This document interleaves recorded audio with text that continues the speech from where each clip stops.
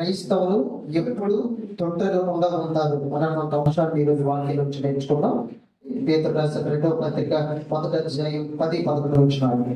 అందువలన సహోదరులారా, మీ మీ పిలుపును ఏర్పాటును నిశ్చయం చేసుకున్నట్టు మరి జాగ్రత్త పడితే మీ క్రియలు చేయవారైతే ఎప్పుడు తొట్టిల్లారు. పేతురు పరిశుద్ధాత్మ ప్రేరేపణతో మరి 2 పత్రికలు రాశారండి. ఆ 2 పత్రికల్లో మరి సంఘాన్ని ఉద్దేశించి ముఖ్యంగా దేవుని క్రీస్తు రక్తం చేత కడగబడినటువంటి మరి వ్యక్తుల్ని, దేవుని యొక్క విశ్వాసం ఉంచినటువంటి వారందరికీ కూడా శుభమని చెప్పి రాసినటువంటి 2 పత్రికలు మనం గమనించినప్పుడు మరి అనేకమైనటువంటి విషయాలు దేవుని సన్నిధిలో మరి ఎలా దేవుని కొరకు ఒక వ్యక్తి జీవించాలి, సంఘం ఎలా దేవుని కొరకు బ్రతకాలి, సంఘం ఏమి నేర్చుకోవాలి, సంఘం ఎలా దేవుని కొరకు సిద్ధపడాలి, సంఘం ఏవేవి ధరించుకోవాలి, సంఘం ఏవేవి కలిగి ఉండాలి అన్నటువంటి అంశాలు అనేకమైనటువంటి విషయాలను మరి పేతురు తన 2 పత్రికలు కూడా రాశాడు. అలాగే దేవుని కొరకు ఎలా జీవించాలి, విశ్వాసంలో ఎలా స్థిరుడిగా ఉండాలో పేతురు తన పత్రికలో రాశాడండి. కాబట్టి ఇక్కడ మనం చూసినట్లయితే తొట్టి పడుట లేదా తొట్టిల్లుట క్రైస్తవ జీవితంలో మనము అనేక సార్లు అనేకమైనటువంటి విషయాలు నిమిత్తమై అనేక విషయాలు వలన అనేక సార్లు తొట్టిల్ల పడుతూ ఉంటాం.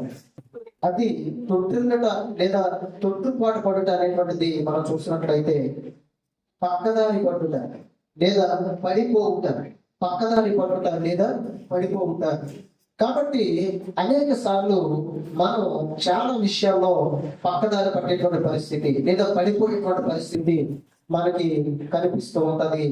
మనం చాలా సార్లు ప్రార్థనలో తొట్టిల్లేటువంటి అవకాశం, వాక్యం వినటంలో తొట్టిల్లేటువంటి అవకాశం, విశ్వాసంలో నిలబడటంలో తొట్టిల్లేటువంటి అవకాశం, ప్రేమలో దిగజారిపోయేటువంటి అవకాశం, మరి దేవుని యందు భక్తి కలిగి ఉండటంలో తొట్టిల్లిపోయేటువంటి అవకాశం, దేవుని కొరకు జీవించడంలో తొట్టిల్లిపోయేటువంటి అవకాశం, దేవుని సన్నిధిలో మరి నువ్వు నీ యొక్క జీవితం దేవుని కొరకు అర్పించడంలో సమర్పించడంలో తొట్టిల్లిపోయేటువంటి అవకాశం. ఎలా మనం చూసినట్లయితే నీ విశ్వాస జీవితంలో, నీ భక్తి జీవితంలో అనేక విషయాలు నిమిత్తమై అనేక విషయాల్లో నువ్వు తొట్టిల్లిపోయేటువంటి అవకాశం అనేక సార్లు ఉంటూ ఉంటుందండి.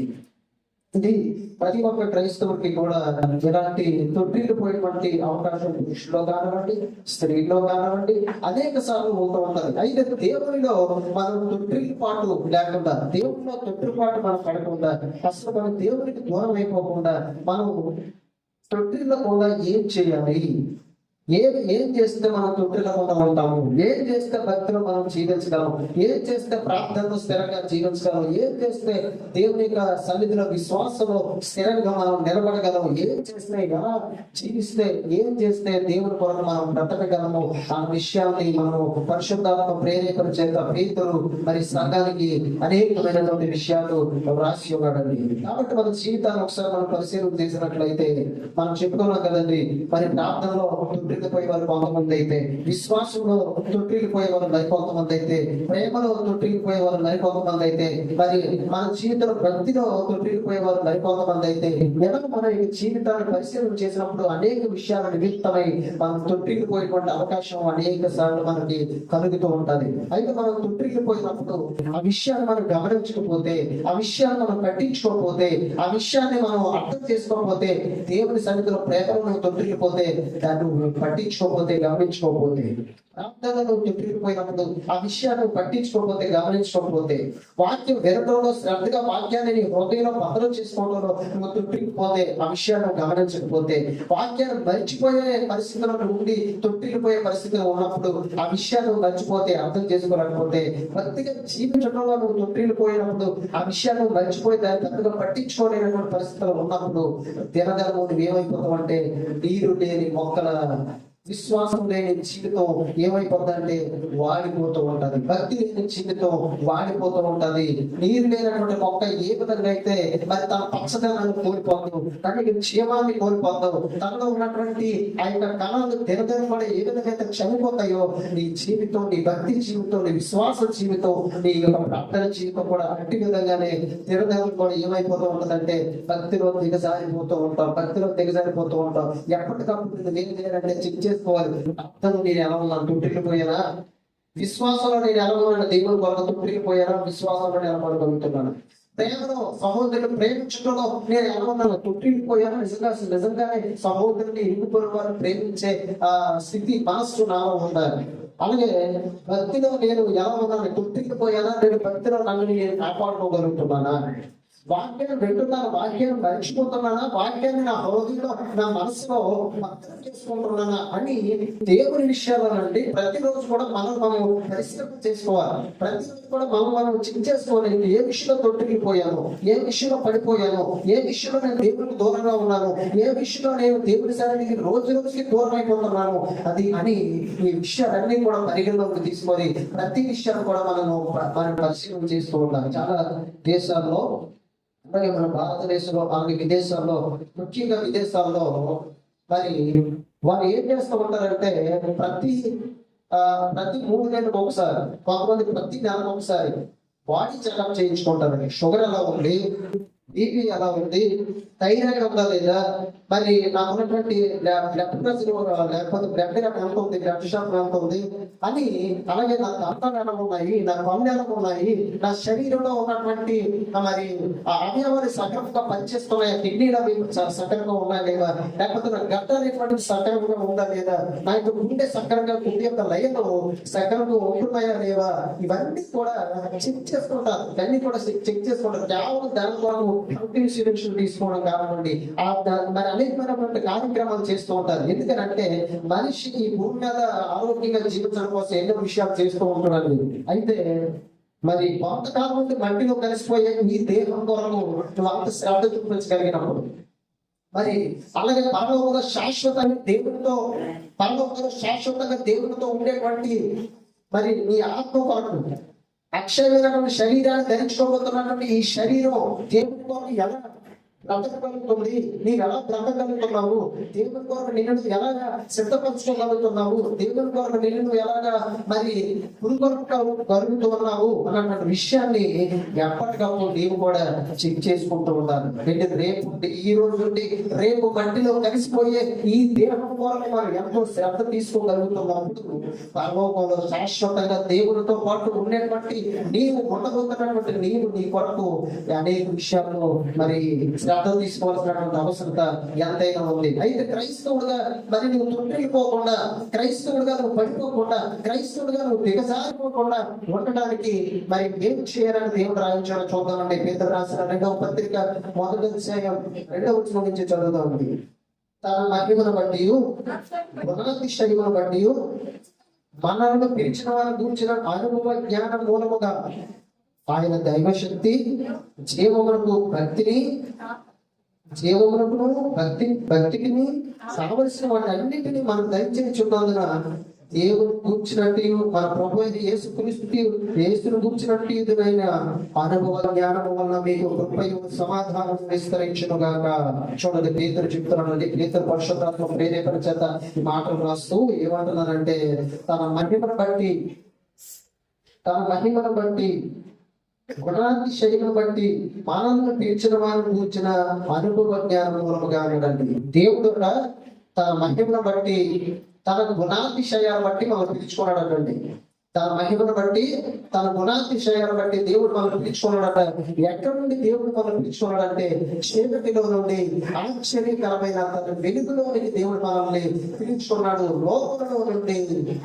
లోకంలో నుండి సంఘంలోనికి దేవుడు మనల్ని పిలుచుకున్నాడు. చీకటిలో నుండి వెలుగులోనికి దేవుడు మనల్ని పిలుచుకున్నాడు. కాబట్టి ఆయన గుణాతిశయాలను బట్టి ఆయన పిలిచిన వారిని కూర్చున్నటువంటి అనుభవ జ్ఞానం మూలంగా, అంటే ఇచ్చినటువంటి దేవుని ఎడల మనం ఎంత అనుభవాన్ని కలిగి ఉన్నాం, ఎంత జ్ఞానాన్ని సంపాదించుకున్నాం. తినడానికి మనం కూటాలకు వస్తున్నప్పుడు, ఆదివారం మనం వస్తున్నప్పుడు దేవుని గురించి ఎంతవరకు మనం నేర్చుకోగలుగుతున్నాం, దేవుని గురించి ఎంతవరకు మనం వినగలుగుతున్నాం, దేవుని గురించి ఎంతవరకు మనం అర్థం చేసుకోగలుగుతున్నాం, దేవుని గురించినటువంటి అనుభవం జ్ఞానం ఎంతవరకు మనం సంపాదించుకోగలుగుతున్నాం చెప్పండి. 4వ వచనం చూసినట్లయితే ఆ మహిమ గుణాతిశయమును బట్టి ఆయన మనకు అమూల్యములను అత్యధికములైన వాగ్దానములను అనుగ్రహించి ఉన్నాడు. దేవుడు ఏం చేశాడంటే ఆయన గుణాతిశయమును బట్టి ఆయన మనకి ఏం చేశాడంటే అమూల్యములను అత్యధికమైనటువంటి వాగ్దానాలు అనుగ్రహించడండి. దేవుడు మనకి వాగ్దానాలు అనుగ్రహించాడు, అత్యధికమైనటువంటి వాగ్దానాలు. అందులో కొన్ని మనం చూసినట్లయితే, నీవు నా కుమారుడివి, కుమార్తెవి, నేను నీకు తండ్రిని అయ్యుందును, మీరు నా కుమారుడు అయ్యుందురు, కుమార్తెలు అయ్యుందురు అని చెప్పాడండి. నిత్య జీవాన్ని మీకు అనుగ్రహిస్తాము అని చెప్పాడండి. అలాగే దేవుడు లోకాన్ని ఎంతో ప్రేమించను కాగా అద్వితీయ కుమారుడిగా పుట్టిన వారిని విశ్వాసం నుంచి ప్రతి వాడు రక్షింపక నిత్య జీవాన్ని పొందుతాడు, లేదా నిత్య జీవాన్ని నేను అనుగ్రహిస్తానని చెప్పి దేవుడు వాగ్దానం చేశాడండి. కాబట్టి ఎలా మనం చూసినట్లయితే, మరి దేవుడు ఆది నుండి కూడా తన యొక్క భక్తులైనటువంటి వారికి ఎన్నో వాగ్దానాలు చేశాడు. మరి క్రొత్త నిబంధనలో ఉన్నటువంటి మనకి ఇవ్వబడినటువంటి అత్యధికమైనటువంటి లేదా అమూల్యమైనటువంటి వాగ్దానం ఏంటంటే, నిత్య జీవమును అనుగ్రహించిన అనుమతి ఆయన తానే మనకు చేసిన వాగ్దానం. కాబట్టి అటువంటి వాగ్దానాలు దేవుడు మనకు అనుగ్రహించాడు. తనకు కుమార్తెగా దేవుడు మనం చేసుకున్నాడు. కనుక మరి మనం చూసినట్లయితే కేవలం ఆయన నామమందు ఇచ్చినటువంటి విశ్వాసాన్ని బట్టి తను ఎందరు అంగీకరించరు, అనగా తన నామమందు ఇచ్చినటువంటి విశ్వాసాన్ని బట్టి ఆయనకు పిలవనట్లు ఆయన మనకి ఏమి ఇచ్చినట్టే, ఇదిగో మీకు అధికారాన్ని అనుగ్రహిస్తానని చెప్పి దేవుడు మనకి అధికారాన్ని అనుగ్రహించే వాగ్దానం చేశాడు. ఇలా మనం చూసినట్లయితే మరి అనేకమైనటువంటి విషయాలు నిమిత్తమే దేవుడు మనకు వాగ్దానం చేశాడు. ఇంకొక అద్భుతమైనటువంటి అమూల్యమైనటువంటి వాగ్దానం ఏంటంటే, ఇదిగో నేను మరలా వచ్చి నేను మిమ్మల్ని తీసుకొని వెళ్తాను, నేను స్థలంలో మీరు కూడా ఉండాలని నేను మరలా వచ్చి నేను మిమ్మల్ని తీసుకొని వెళ్తాను, నా తండ్రి యొక్క అనేకమైన నివాసాల కలవు, లేని ఎడల నేను మీతో చెప్పుదును అని దేవుడు ఎలా మనం చూసినట్లయితే మన యొక్క విశ్వాస జీవితంలో ఈ భూమి మీద ఉన్నప్పుడే ఎన్నో వాగ్దానాలు చేశాడు. ఆ వాగ్దానం బట్టి నేను విశ్వాసం దినదినం పెరుగుకోవాలి. ఆ వాగ్దానం బట్టి నీలో విశ్వాసం దినదినము అభివృద్ధి పొందాలి. ప్రభు ఇటువంటి అమూల్యమైన వాగ్దానం చేశాడు, ప్రభువు ఇటువంటి గొప్ప వాగ్దానం చేశాడని మనం ఏం చేయాలంటే, వాగ్దానాలు బట్టి మన జీవితాన్ని, మన భక్తిని, మన ప్రేమని, మన విశ్వాసాన్ని దినదినం కూడా మనం ఏం చేయాలంటే అభివృద్ధి చేసుకోవాలి. ఇంకా చూసినట్లయితే అక్కడ ఏమంటారు చూడండి ఒకసారి, ఆశను అనుసరించడం వలన లోకమందున్న భ్రష్టత్వమును ఈ వాగ్దానాల మూలంగా మీరు తప్పించుకొని దేవ స్వభావం పాలివారాలన్నట్టు వాటిని అనుగ్రహించండి. దేవుడు ఎందుకంటే వాగ్దానం చేశాడంటే, ఊరికి ఏదో చదివి విడిచిపెట్టడానికి కాదు, విని వదిలేయడానికి కాదు, విని వాటిని మర్చిపోవడానికి కాదు. వాగ్దానం అనేటువంటి ఎందుకు చేశాడని ఇక్కడ చెప్తున్నాడు క్లియర్గా దేవుడు రాయించాడంటే, అక్కడ చెప్తున్నాడు చూడండి, దురాశను అనుసరించడం వలన లోకమందున భ్రష్టత్వాన్ని ఈ వాగ్దానాల మూలంగా మీరు తప్పించుకొని అన్నాడు. అంటే దురాశను అనుసరించడం వల్ల లోకంలో ఉన్నటువంటి భ్రష్టత్వం నుంచి నువ్వు తప్పించుకోవాలంటే వాగ్దానాలు నీకు కావాలి. అందుకే ప్రభు నీ కొరకు వాగ్దానాలు చేశాడు. ఆ వాగ్దానాల వైపు చూస్తూ ప్రభు కొరకు నేను నిలబడాలి. ఆ వాగ్దానాల వైపు చూస్తూ నీలో విశ్వాసాన్ని మెరుగుపరుచుకోవాలి. ఆ వాగ్దానాల వైపు చూస్తూ నీలో ఉన్న ప్రేమను మెరుగుపరుచుకోవాలి. ఆ వాగ్దానాలను జ్ఞాపం చేసుకుంటూ, గుర్తు తెచ్చుకుంటూ విశ్వాసాన్ని దినదనము, భక్తిని దినదనము, ప్రార్థన దినదనము, వాక్యాన్ని వినటం దినదనము నీ జీవితంలో అలవరుచుకోవాలి. దినదనము నీ భక్తి జీవితాన్ని అభివృద్ధి చేసుకోవాలి, పెంపొందించుకోవాలి. విశ్వాసంలో, ప్రార్థనలో, భక్తిలో దినదినము ఎదగడానికి మనం ప్రయత్నం చేస్తూ ఉండాలి. వాగ్దానం ఉంటాయి. లోకంలో ఉన్న దురాశని, మరి తన దురాశను అనుసరించి జీవించడం వచ్చినటువంటి ప్రశ్న తప్పించుకోవాలంటే ఇదిగో వాగ్దానాలను జ్ఞాపకం చేసుకోవాలి, వాగ్దానాలు కలిగి ఉండాలి, వాగ్దానాలు జ్ఞాపకం చేసుకుంటారు. ప్రభు నీకు చేసిన అమూల్యమైన అత్యధికమైన వాగ్దానాలను జ్ఞాపకం చేసుకుంటూ ఉండాలి. అవి ఎప్పుడైతే నీ మనసులో, నీ హృదయాల్లో దేవుని వాగ్దానాలు ఉంటాయో, ఈ లోకంలో ఉన్న ప్రశ్న నుంచి నేను ఏం తీసుకుంటావు అంటే తప్పించుకుంటాము. ఇంకా చెప్తున్నాను చూడండి, ధ్యాన స్వభావం నందు పాలనివారమైనట్లు వాటిని అనుగ్రహించను. ఎందుకు వాగ్దానాలు ఎందుకు అనుగ్రహించాడు అని చెప్పాడు?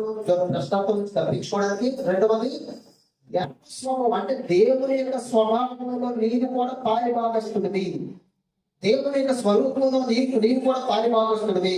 దేవుని యొక్క రూపంలో, ఆయన యొక్క లక్షణంలో, ఆయన వనస్సులో, ఆయన స్వభావంలో నీకు కూడా పాలిభాగస్తులుగా ఉండడానికి ఈ వాగ్దానం ఇచ్చినది. అంటే వాగ్దానాలు అనేటువంటి చాలా విలువైనవి, అమూల్యమైనవి అని చెప్పండి. కాబట్టి ఆ వాగ్దానాన్ని గుర్తుపెట్టుకోవాలి. ఇదిగో దేవుడు ఆయన తండ్రి ఉంటానన్నాడు, నేను ఆయన కుమార్తెని, నేను ఆయన కుమారుణ్ణి. ఇదిగో ఆయన నామం విశ్వాసం ఇస్తే ఆయన ఏం చేశాడంటే తనకు కుమారులుగా కుమార్తెలుగా ఉండడానికి అధికారం ఇచ్చాడు. ఇది ఆయన నాకు జీవితంలో చేసిన వాగ్దానం. అలాగే నిత్య జీవాన్ని ఇస్తానని చెప్పాడు ప్రభు. ఇది ఆయన నా జీవితంలో చేసిన వాగ్దానం. అలాగే ఇంకా మనం చూసినట్లయితే నేను స్థలంలో మీరు కూడా ఉండేలాగానే నేను మరలా వచ్చి మిమ్మల్ని తీసుకొని వెళ్తానని చెప్పాడు. ఇదే ఆయన చేసినటువంటి వాగ్దానం. అలాగే ప్రకటన గ్రంథంలో మనం చూసినట్లయితే జయించు వానికి మరుగైన మన్నాను భుజింపనిత్తును, ఇదిగో తెల్ల రాత్రి నిత్తును, జీవవృక్ష ఫలాలు వారికి నేను తినిపిస్తాను, వారు భుజిస్తాను. దేవుడు ఎన్నో వాగ్దానాలు చేశాడండి. అవన్నీ కూడా దేనికనంటే బైబిల్లో ఉండుకోవడానికి కాదు, మన మనస్సులో ఉండడానికి, మన హృదయంలో రాసుకోవడానికి. దేవుని వాక్యాన్ని ఎక్కడ రాసుకోవాలంటే హృదయం అనే పలక మీద దేవుని వాక్యాన్ని రాసుకోవాలి. కేవలం పరిశుద్ధ గ్రంథమైన బైబిల్లో ఆ మాటలు ఉండుకోవడానికి కాదు, ఈ మాటలు నీ మనస్సులో రాసుకోవాలి, ఈ మాటలు నీ హృదయం అనే పలక మీద రాసుకోవాలి. ఇవి ఎల్లప్పుడూ కూడా జ్ఞాపకం చేసుకుంటూ ఉండాలి. ఇదిగో ప్రభు నా కొరకు అమూల్యమైన మరి అత్యధికమైనటువంటి వాగ్దానం చేశారని నీలో విశ్వాసాన్ని, ప్రార్థనని, భక్తిని, విశ్వాస జీవితాన్ని, భక్తి జీవితాన్ని, ప్రేమను దినదినము అభివృద్ధి చేసుకున్నప్పుడు నువ్వు దేవునికి మరింత దగ్గర అవుతావు. లోకానికి చాలా దూరం అయిపోయి దేవునికి దగ్గర అవుతావు. కష్టం నుండి నేను తప్పించుకుంటాను.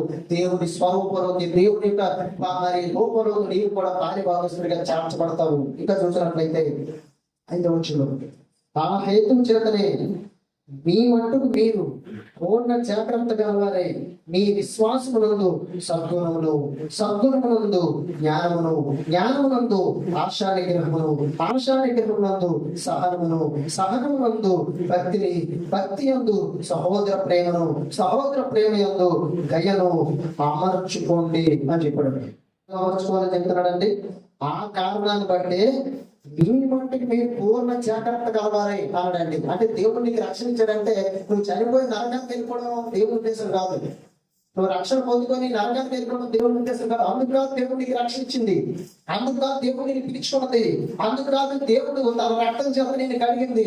నువ్వు రక్తం చేత, ఆయన రక్తం చేత కడగబడ్డావంటే పరలోకానికి రావాలన్నది దేవుని ఉద్దేశం, నిత్య జీవాన్ని పొందుకోవాలన్నది దేవుని ఉద్దేశం, ఆయన వాగ్దానం ద్వారా ఈ లోకంలో ప్రస్తుతం నుండి తప్పించబడాలనేది దేవుని ఉద్దేశం.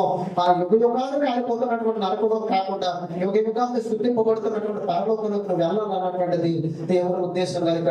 కాబట్టి మీ మట్టుకు మీరు పూర్ణ జాగ్రత్త గలవారై అంటే ఏం చేయాలట? ప్రతిరోజు అవును నేను ప్రార్థన పడుతుంది, ఈరోజు ప్రార్థన చేయలేకపోయాను. రెండో విషయం, ఈరోజు నేను దేవుని సన్నిధికి వెళ్ళలేకపోయానా, ఈరోజు నేను విశ్వాసం నాలో ఏమో తగ్గిపోయిందా, ఈరోజు నాలో నీతి ఏమైనా తగ్గిపోయిందా, ఈరోజు నాలో భక్తి ఏమైనా తగ్గిపోయిందా, ఈరోజు నాలో వాక్యం జీవితం, భక్తి జీవితం ఏమైనా దిగజారిపోయినని ఎల్లప్పుడూ కూడా జాగ్రత్త కలిగి ఉండాలి అని చెప్పాడండి. జాగ్రత్త కలిగి ఉండాలి అని చెప్పాడు. ఇక్కడ చెప్తున్నాడు చూడండి, మీ విశ్వాసం ఉందో చెప్తున్నాడు చూడండి, మీ విశ్వాసం కలిగి, విశ్వాసం ఉందట సద్గుణాన్ని, అంటే విశ్వాసంతో పాటు ఏమార్చుకోవాలని చెప్పాడు? సద్గుణం, మంచి గుణం. అంటే విశ్వాసం ఒకటి ఉంటే సరిపోదు, విశ్వాసంతో పాటు నీలో మంచి గుణం నీలో ఉండాలండి. అందుకే మత్తయి సువార్తలో ప్రభు ఏం చెప్పారంటే, మరి మంచి వ్యక్తి తన యొక్క మంచి ధననిధిలో నుండి మంచి విషయాలు తెస్తాడండి, దుర్జనుడు తన యొక్క చెడ్డ ధననిధిలో నుండి చెడ్డ విషయములు తెస్తాడు అని చెప్పాడు. కాబట్టి సద్గుణం కలిగినటువంటి వ్యక్తి మంచి విషయాలు తెస్తాడంటే నువ్వు ఇతరులతో మాట్లాడేటప్పుడు ఎలా ఉండాలి నీ మాటలు అని అంటే మంచిగా ఉండాలి, మంచి మాటలు, మరి మంచి ఆలోచన కలిగించినటువంటి మాటలు, మంచి తలంపులు కలిగించినటువంటి మాటలు, విశ్వాసాన్ని పెంచేటువంటి మాటలు, భక్తిని పెంచేటువంటి మాటలు, రక్షణ గురించినటువంటి మాటలు, మంచి మాటలు తేవాలి, మంచి మాటలు మాట్లాడాలి. అందుకే ప్రభు కూడా ఏం చెప్పారో తెలుసండి, మీ సంభాషణ ఉప్పు వేసినట్టుగా ఉండాలి, మీ సంభాషణ ఉప్పు వేసినట్టుగా ఉండాలి. మీరు లోకానికి ఉప్పై ఉన్నారు. చూసినట్లయితే అక్కడ చెప్తున్నాడు చూడండి, జ్ఞానం ఉందట, విశ్వాసం ఉందట, సద్గుణం ఏమర్చుకోవాలి? జ్ఞానాన్ని. ఈ లోకంలో మనం లోకపు జ్ఞానాన్ని ఎన్నో విషయాలు కలిగి ఉంటామండి. లోకంలో మనకి చాలా జ్ఞానాన్ని సంపాదించుకునేటువంటి అవకాశం ఉంటుంది. కానీ దేవుడి దగ్గరికి వచ్చేసరికి దేవుని జ్ఞానాన్ని ఎంతవరకు నువ్వు సంపాదించుకున్నావు, దేవుని గురించి ఎంతవరకు నువ్వు నేర్చుకున్నావు, దేవుని గురించి ఎంతవరకు నువ్వు తెలుసుకోగలిగావు అంటే ఇక్కడ మనం చూసినట్లయితే ఈరోజు దేవుని గురించినటువంటి జ్ఞానం, దేవుని గురించినటువంటి వివేకం, దేవుని గురించినటువంటి ఆలోచన నీలో ఎంతవరకు ఉంది, ఎంతవరకు నీ దేవుని గురించి నువ్వు తెలుసుకున్నావు. ఎంతవరకు నీ దేవుడి గురించి నువ్వు నేర్చుకున్నావు, ఎంతవరకు తండ్రి దేవుడి గురించి నువ్వు తెలుసుకున్నావు, ఎంతవరకు ప్రభు యేసుక్రీస్తు గురించి తెలుసుకున్నావు, ఎంతవరకు పరిశుద్ధాత్మ దేవుడి గురించి తెలుసుకున్నావు, ఎంతవరకు మరి నీ యొక్క జీవితంలో వాక్యాల గురించి నేర్చుకున్నావు. ప్రకటన గ్రంథం నుండి ఆదికాండం వరకు, ఆదికాండం నుండి ప్రకటన గ్రంథం వరకు ఎన్నో విషయాలు వింటూ ఉంటావు. అలాంటప్పుడు దేవుడి గురించి ఏమి నేర్చుకున్నావు, ఏమి తెలుసుకున్నావు నీ దేవుడి గురించి అన్నటువంటి విషయాలు కూడా మనం జ్ఞాపకం చేసుకోవాలండి. ఇంకా చూసినట్లయితే జ్ఞానమందు ఆశా నిగ్రహము అన్నాడండి. జ్ఞానమందు ఆశా నిగ్రహం అంటే నిన్ను నీవు స్వాధీనపరచుకోవడం, నిన్ను నువ్వు కంట్రోల్ చేసుకోవడం. ఈ లోకంలో మనం చూసినట్లయితే శరీరాశ, నేత్రాశ, జీవపడము లోకంలో మనం చూసినట్లయితే బోల్డని చూపించడండి సాతానుడు. అయితే నువ్వు అన్నింటి విషయంలో పాల్గొనకూడదు. అందుకే పౌరుడు అంటున్నాడు, నాకు అన్ని చేయడానికి స్వాతంత్రం ఉంది కానీ అన్ని చేయదగినవి కావాలి. ఎందుకు? ఆశా నిగ్రహం పెట్టుకుంటున్నాడు, ఆశా నిగ్రహాన్ని కలిగి ఉన్నాడు. లోకంలో అన్ని చేయడానికి వారికి స్వతంత్రత ఉంది, కానీ క్రైస్తవుడిగా దేవుడికి అటువంటి స్వతంత్రత ఇవ్వలేదు. ఎందుకంటే అవి లోకంలో ఉన్నప్పుడు చేసి ఉన్నావు కనుక, ఇప్పుడు క్రీస్తు రక్తం చేత కనపడ్డావు కనుక, నువ్వు లోకం నుండి వేరు చేయబడ్డావు కనుక, పాపంలో నుండి వేరు చేయబడ్డావు కనుక, చీకట్లో నుండి వెలుగులోకి వచ్చావు కనుక, ఇప్పుడు నీకు లోకానుసారంగా జీవించడానికి స్వతంత్రత లేదు. నువ్వు జీవించడం అంటే ప్రభు కొరకు జీవించాలి. అందుకే ప్రభు కూడా ఏమంటున్నాడంటే, మరి నా మట్టుకైతే బ్రతుకుతా, నేను ఎవరి కోసం బ్రతుకుతానంటే, ఎవరి కోసం జీవిస్తానంటే, ఇదిగో నా ప్రభు కొరకే బ్రతుకుతాను, నా దేవుని కొరకే బ్రతుకుతాను. ఒకవేళ ప్రభు యొక్క సువార్త ప్రకటించినప్పుడు, దేవుని కొరకు నేను జీవించినప్పుడు, ఒకవేళ నేను చనిపోయినప్పటికీ కూడా అది నాకు లాభం అన్నాడండి. అంటే దేవుని కొరకు చనిపోతే లాభం, దేవుని కొరకు చనిపోతే నీకు మేలు. కాబట్టి ఇంకా మనం చూసినట్లయితే ఆశా నిగ్రహంగా లోకంలో ఉన్నటువంటి వాటిని నువ్వు చేయకుండా ఉండటం, నేను నువ్వు కంట్రోల్ చేసుకోవడం ఆశా నిగ్రహం. ఇంకా చూసినట్లయితే చెప్తున్నా చూడండి, ఆశా నిగ్రహంలో సహనాన్ని కలిగి ఉండమన్నాడండి. ఆశా నిగ్రహంలో ఏం కలిగి ఉండమన్నాడు? సహనాన్ని. అంటే నువ్వు ఏం చేయాలి? ప్రార్థనలో దేవుని అడుగుతున్నప్పుడు సహనాన్ని కలిగి ఉండాలి. ఎవరైనా నీకు ఏదైనా అన్నప్పుడు వెంటనే తొందరపడి మాట విసిరేయకుండా, తొందరపడి నీ చెయ్యి ఎత్తకుండా, తొందరపడి నువ్వు నీ నోటి నుండి దుర్భాషం రాకుండా నువ్వేం చేసుకోవాలంటే సహనాన్ని కలిగి ఉండాలి. అది క్రీస్తు నిమిత్తమైన వేరే విషయాలైనా కొందరు ఏం కలిగి ఉండాలంటే సహనాన్ని కలిగి ఉండాలి. అందుకని ఒక సామెత మరి లోకంలో చెప్పబడుతుంది, మరి సముద్రం అంట సహనం కంటే చిన్నది. అంటే చూడండి, సహనానికి ఉన్నటువంటి గొప్పతనాన్ని చెప్తా మనం అర్థం చేసుకోవాలి. సహనాన్ని కలిగి ఉండమని దేవుడు ఎప్పుడో ప్రకటించాడు. సముద్రం అంట సహనం కంటే చిన్నదట. కాబట్టి సహనం సహిస్తే ఆ సహనంలో ఎన్నో విషయాలను కోరుకుంటావు, ఆ సహనంలో ఎన్నో మరి ఆ మేలును చూస్తావు, ఆ సహనంలో ఎన్నో రకాలైన కార్యాలను జీవితంలో చూస్తావు. కాబట్టి సహనం అనేటువంటిది, సహించడం అనేటువంటిది నీ జీవితంలో రావాలి. ఎవరైనా నేను దూషించినప్పుడు, ద్వేషించినప్పుడు, అవమానపరిచినప్పుడు సహించేటువంటి స్వభావం నీలో ఎప్పుడైతే కలిగి ఉంటావో అప్పుడు నీ భక్తి జీవితాలను కాపాడుకుంటున్నావు అన్నటువంటి విషయాన్ని నీకు అర్థం చేసుకోవాలి. ఇంకా చూసినట్లయితే సహనం నాకు భక్తిని అన్నాడండి. సహనంతో పాటు ఏ కలిగి ఉండాలంటే భక్తి. భక్తి అంటే ఒక సిగ్గు నిర్వచనం చెప్పాడండి దేవుడు. ఏం చెప్పాడు? భక్తి అంటే దిక్కులేని పిల్లలను, విధవరాలను వారి ఇబ్బందిలో పరామర్శించుటయు, నీ లోకంలో ఉన్న మాలిన్యం నీకు అంటుకోకుండా నీవు కాపాడుతూ ఉంటావు. దానితో పాటు మేతను కూడా ఏం చెప్పాడంటే మరి చెడ్డ మాటలు పలకకుండా నీ నాలుకను, కపటమైన మాటలు పలకకుండా నీ పెదవులను మార్చుకో చెప్పండి. ఇది భక్తి అంటే. కాబట్టి నీ భక్తి జీవితాలు కూడా ప్రతిరోజు ఆలోచన చేసుకోవాలి. ఈ రోజు నా మాటలు ఎలా ఉన్నాయి, ఈ రోజు నా ఆలోచనలు ఉన్నాయి, నేనేమో దుర్భాషలాడా, నా నోటి నుండి బూతులు వచ్చాయా, నేను దేవుని కొరకు క్రీస్తు రక్తం చేత కడగబడ్డా నా నోటి నుంచి వస్తే మరి దేవుడి రక్తం చేత కడగబడి ఏం ప్రయోజనం? కాబట్టి నువ్వు ఏం చేసుకోవాలి? సహించాలి. నువ్వు వాపోతున్న ముందు సహించాలి. ఈ మాటలు నోటి నుంచి రాకుండా నువ్వు కంట్రోల్ తీసుకోవాలి. అది ఆశ నిగ్రహం. ఆశ నిగ్రహం అంటే నువ్వు కంట్రోల్ చేసి ఎంత కోపంలోనైనా నోట్లో నుంచి వెంటనే దుర్భాషలు వచ్చేయకూడదు. కంట్రోల్ చేసుకోవాలి. అప్పుడే దేవుని బిడ్డవి, అప్పుడే నువ్వు క్రీస్తు రక్తం చేత కడగబడినటువంటి వ్యక్తివి. కాబట్టి వెంటనే కంట్రోల్ చేసుకోవాలి. నేను మర్చిపోకూడదు నువ్వు రక్షణ పొందుతున్నావు అని. రక్షణ పొందకుండా నీ నోటి నుంచి కూడా దుర్భాషం రావచ్చు. కానీ రక్షణ పొందిన తర్వాత, క్రీస్తు రక్తం చేత నువ్వు కడగబడిన తర్వాత ఈ మాటలు నేను తగ్గిపోవాలి. దేవుడు ఏం చెప్పాడు? కోపపడదు కానీ ఏం చెప్తాను కోపండి కానీ పాపము చేయకుడి. అంటే నీ కోపం కోపం వస్తుంది ప్రతి మనిషికి కూడా. కానీ అలాంటప్పుడు అవతల వ్యక్తిని గద్దించాలి లేదా బుద్ధి చెప్పాలి. కానీ పాపం చేయకంటే ఏమన్నా అర్థం ఏంటి? నోట్లో నుంచి ఏ రాకూడదని చెప్పాడు? దుర్భాషను లేదా బూతులు మరి సరసాలు నీ నోట్లో నుంచి రాకూడదు అని చెప్పాడు. కాబట్టి ఇక్కడ ఏం చెప్తున్నాడంటే, మనం చూసినట్లయితే నీ భక్తి జీవితాన్ని సహనంతో పాటు ఏం కలిగి ఉండాలంటే భక్తిని కలిగి ఉండాలి. 7వ వచనంలో చూసినట్లయితే భక్తితో పాటు ఏం కలిగి ఉండాలని చెప్పాలంటే భక్తి అందు సహోదర ప్రేమ. భక్తితో పాటు ఏం కలిగి ఉండాలి? సహోదర ప్రేమ. అంటే సహోదర ప్రేమ ఇరుగు పొరుగులను ప్రేమించడానికి చిన్న తేడా ఉంటుంది. సహోదరుడు అంటే రక్షణ లేని కాదు. సహోదరుడు అంటే ఎవరంటే రక్షణ పొందుకున్నవారు. ప్రభు ఏం చెప్పారు? నిండు వారిని పొరుగు వారిని ప్రేమించు. పొరుగు వారి అంటే అర్థం ఏంటంటే ఎవరైనా కావచ్చు, సహోదరుడైనా కావచ్చు, అన్యజనుడైనా కావచ్చు. సహోదరుడు అంటే పట్టింపుగా అర్థం చేసుకోవాలి. సంఘానికి వచ్చినటువంటి వ్యక్తి, క్రీస్తు రక్తం చేత కడగబడినటువంటి వ్యక్తి, సంఘ సభ్యులు లేదా క్రీస్తు రక్తం చేత కడగబడి విశ్వాసం వచ్చిన ఎవరైనా నీకు సహోదరుడు సహోదరి వరుడు. కానీ పొరుగు వారు అంటే అర్థం ఏంటంటే ఎవరైనా కావచ్చు, నేను అన్యజనుడైనా కావచ్చు, క్రైస్తవుడైనా కావచ్చు. కాబట్టి సహోదర ప్రేమ కలిగి ఉండాలి. అంటే సంఘంలో ఎలా ఉండాలి? ఒకరంటే ఒకరు ప్రేమ కలిగి ఉండాలి. ఒకరికొకరు ప్రార్థన చేసుకునే వారుగా ఉండాలి. ఒకరికొకరు హెచ్చరించుకునే వారుగా ఉండాలి. ఒకరికొకరు బలపరుచుకునే వారుగా ఉండాలి. ఒకరి కష్టాల్లో ఒకరు పాల్గొని పంచుకునే వారుగా ఉండాలి. ఒకరి సుఖ దుఃఖాలు ఒకరు పాల్గొని పంచుకునే వారుగా ఉండాలి. ఒకరి కార్యాల్లో ఒకరు పాల్గొని పంచుకునే వారుగా ఉండాలి. కాబట్టి ఇది సహోదర ప్రేమ. సహోదర ప్రేమ అంటే నిన్ను నువ్వు ప్రేమించుకోవడం కాదు, నీ కుటుంబాన్ని నువ్వు ప్రేమించుకోవడం కాదు, నీ భార్యను నువ్వు ప్రేమించడం కాదు, లేదా నీ కుమార్తెను ప్రేమించడం కాదు, సంఘాన్ని అంతని కూడా సహోదర ప్రేమ కలిగి ఉంటాం. అపోస్తులు మనం చూసినట్లయితే ఏక మనస్కులై అన్నది.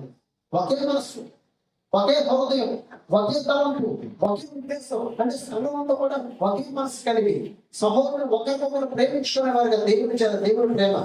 ఒకరిని ఒకరు మరి బలపరుచుకునే వారుగా, ఒకరికొకరు ప్రార్థన చేసుకునే వారుగా, ఒకరికొకరు సహకారం అందించుకునే వారుగా ఉండటమే సహోదర ప్రేమ. కాబట్టి భక్తితో పాటు సహోదర ప్రేమ కూడా కలిగి ఉండమని చెప్పి దేవుడు తన వాక్యం ద్వారా తెలియజేస్తూ ఉన్నాడు. ఇంకా చూసినట్లయితే సహోదర ప్రేమ యందు దయను అమర్చుకోండి. దయ అనే మాట దగ్గర ఒక మాట ఉంటుంది చూడండి. ఫుట్నోట్ ఏముంది? ప్రేమ అనే మాట ఉంటుంది. కాబట్టి దేవుడు ఈ ఒకరినొకరు ప్రేమించే విషయంలో, సహోదర ప్రేమ విషయంలో ఆయన అనేకమైన విషయాలు చెప్పాడండి. ప్రేమ ముప్పొందదు, కోపపడదు, ఏమండి అన్నింటినీ తానుకోను, అన్నింటినీ సహిస్తుంది, మరి త్వరగా కోపపడదు, ప్రేమ దోషములన్నింటినీ కప్పును. అంటే నువ్వు నిజంగా ప్రేమ కలిగి ఉంటే నీ సహోదరుడు ఎక్కడ, నీ సహోదరి ఎక్కడ నువ్వేం చేస్తావు అంటే దోషాలు చేయవు. దోషాలు ఏం చేస్తావు? కప్పుతావు. అది సహోదరుడు ప్రేమ. వారి కొరకు ప్రార్థన చేస్తావు, వారిని బలపరుస్తావు, వారిని హెచ్చరిస్తావు, వారిని దేవుళ్ళు నిలబెడతావు. అది సహోదర ప్రేమ. కాబట్టి సహోదర ప్రేమ అంటే అర్థం ఏంటంటే అక్కడ సహోదర ప్రేమ దయ అనే మాట యూజ్ చేశారు చూడండి. దయ అంటే అర్థం ఏంటంటే దాని వచ్చిన మీరు ప్రేమ కలిగి ఉండాలి. ప్రేమ అంటే అర్థం ఏంటంటే ప్రేమ గురించి కొరింథీ పత్రిక 11 మాట చెప్పాడండి దేవుడు. చివరగా మనం చూసినట్లయితే విశ్వాసం, నిరీక్షణ, ప్రేమ ఉంటాయి. వీటిలో చివరిగా నిలబడేది ఏదని చెప్పాడంటే కాబట్టి నువ్వు అటువంటి మనసుని, అటువంటి జీవితాన్ని నీవు కలిగి ఉండాలి. ఇంకా చూసినట్లయితే అమర్చుకోండి. ఇప్పుడు చెప్తాను చూడండి, 5వ వచనం. ఇవి మీకు కలిగి విస్తరించిన ఎడల అవి మన ప్రభు అయిన యేసు క్రీస్తు కూర్చున్న అనుభవ జ్ఞాన విషయంలో మిమ్మల్ని సోమరులైన విస్మరులైన కాకుండా చెయ్యను. చూసారండి ఏమేమి చెప్పారంటే మేధ నుంచి ఒకసారి 5వ వచనంలో మనం చూసినట్లయితే విశ్వాసం కలిగి ఉండాలని మొదటిది. విశ్వాసానికి లింక్ ఏం కలిగి ఉండాలని చెప్పాడు? సత్వరానికి లింక్ ఏం కలిగి ఉండాలని చెప్పాడు? జ్ఞానానికి లింకు ఆశానిగ్రహానికి లింకు సహనానికి లింకు భక్తికి లింకు సహోదర ప్రేమకి లింక్ ఏంటంటే దయ. ఇవి మీకు కలిగి విస్తరించాలి అని చెప్పాడు. అవి కలిగి ఉండటం కాదు, అక్కడితో ముగించడం కాదు, అవి దినదినం మనం విస్తరించాలి. మనం దినదినం అభివృద్ధి చెందాలని, దినదినం అవి మనలో బయటికి రావాలి. విస్తరించినప్పుడట ఏం చేస్తాయట? యేసుక్రీస్తు గురించినటువంటి అనుభవ జ్ఞానం విషయంలో అంటే దేవుడిలో అనుభవాన్ని సంపాదించుకోవాలి. ఏంటి మీరు రక్షణ పొంది 5 సంవత్సరాలు అయింది, 3 సంవత్సరాలు అయింది, 2 సంవత్సరాలు అయింది, 10 సంవత్సరాలు అయింది, 15 సంవత్సరాలు అయింది, 20 సంవత్సరాలు అయింది, 25 సంవత్సరాలు అయింది, 30 సంవత్సరాలు అయింది, 50 సంవత్సరాలు అయింది. అయితే దేవుని గురించి నేను ఎంతవరకు నేర్చుకున్నాను? దేవుని గురించినటువంటి అనుభవం నేను ఎంతవరకు కలిగింది? వాక్యం గురించినటువంటి అనుభవం నేను ఎంతవరకు సంబంధించుకున్నావు? విశ్వాసాల గురించిన మరి అనుభవం నీలో ఎంతవరకు ఉంది? ప్రార్థన గురించినటువంటి ప్రార్థన నీలో ఎంతవరకు సంబంధించుకున్నావు? ఈ విషయాలన్నీ కూడా ఎప్పటికప్పుడు జ్ఞాపకం చేసుకున్నాను. దేవుని గురించినటువంటి అనుభవ జ్ఞానం ఎంతవరకు సంపాదించుకున్నాం? మనం లోపల కూడినంత విషయాల గురించి, జ్ఞానాల గురించి అనుభవాన్ని సంపాదించుకుంటాం. కానీ దేవునిలో ఏం చేయాలని చెప్పారంటే అనుభవ జ్ఞాన విషయంలో, అనుభవ జ్ఞాన విషయంలో వెళ్ళగాలి, అనుభవాన్ని సంపాదించుకోవాలి. అప్పుడట ఇవన్నీ కూడా మనం కలిగి విస్తరిస్తేనట దేవుని గురించి, క్రీస్తు గురించినటువంటి అనుభవ జ్ఞాన విషయంలో అవి మన స్వామలుగా ఉండనమాట, నిష్ఫలుగా ఉండనమాట. అంటే దేవుని కోసం ఫలించే వ్యక్తులుగా ఉండాలి మనం. కానీ ఫలించే వ్యక్తులుగా ఉండకుండా ఉంటున్నామంటే ఏంటంటే అవి ఏమి కలిగి లేవని అంటున్నాం. అవన్నీ కలిగి ఉంటే నిష్ఫలుగా ఉండవు. మనం అవి చేయము, నిష్ఫలుగా చేయము, ఫలం లేని వారుగా మనం చేయము. ఫలం కలిగిన వారుగా చేస్తాయి. దేవుని కొరకు ఫలించే వ్యక్తులుగా నేను చేస్తాయి. దేవుని కొరకు జీవించే వ్యక్తిగా నేను చేస్తాయి. ఆత్మ ఫలాన్ని ఫలించే వ్యక్తులుగా అవి నేను చేస్తాయి. సోమరులుగా నేను ఉంచేది. దేవుని కొరకు పనిచేసే వ్యక్తులుగా, దేవుని కొరకు పరిగెత్తే వ్యక్తులుగా, దేవుని గురించినటువంటి భాగాన్ని కలిగే వ్యక్తులుగా, దేవుని గురించినటువంటి ఆసక్తిని కలిగే వ్యక్తులుగా అవి నేను తీర్చిదిద్దుతాయి. భక్తి, సద్గుణం, విశ్వాసం, ప్రేమ, ఏమండి ఇవన్నీ కూడా పైన చెప్పినటువంటి మాటలన్నీ కూడా నిన్ను ఏం చేస్తాయంటే అవి నేను కలిగి ఉన్నప్పుడట, నిన్ను సోమరులుగా చేయబడ్డాడు. దేవుని కోసం పనిచేసే వ్యక్తులుగా చేస్తాయి. అవి నిష్ఫలుగా చేయబడ్డాడు. నువ్వు ఫలాలు ఫలించే వ్యక్తులుగా చేస్తాయి. దేవుని కొరకు జీవించే వ్యక్తులుగా నిన్ను అవి చేస్తాయి అని చెప్పాడు. కింద చూసినట్లయితే 9వ వచనంలో ఇవి చూడండి చెప్తున్నాడు. ఆ మాట మనం చాలా జాగ్రత్తగా మాట మనం చదవాలి. ఇవి ఎవరికి లేకపోవడం, బాగా చూడండి. ఇవి ఎవరికి లేకపోవడం, ఏవి ఎవరికి లేకపోవడం, ఏవి కలిగి ఉండకపోవడం, సద్గుణం, విశ్వాసం, సహోదర ప్రేమ, భక్తి, జ్ఞానం, సహనం, ఇవి ఎవరికైతే ఉండవో, ఎవరికైతే కలిగి ఉండవో ఏం చేస్తారు చూడండి. ఈ ఎవరికి లేకపోవడం వాడు తన పూర్వ పాపములకు శుద్ధి కలిగిన సంగతి మరిచిపోతాడు అని చెప్పాడు. అంటే బాప్తిజం పొందటకు నువ్వు పాపిగా జీవించావు. కానీ క్రీస్తు దగ్గరికి వచ్చి మారుమనసు పొంది బాప్తిజం తీసుకున్న తర్వాత క్రీస్తు రక్తం చేత ప్రతి పాపాన్ని ప్రభువు కడిగి వేశాడు. అది నువ్వు మర్చిపోతావు.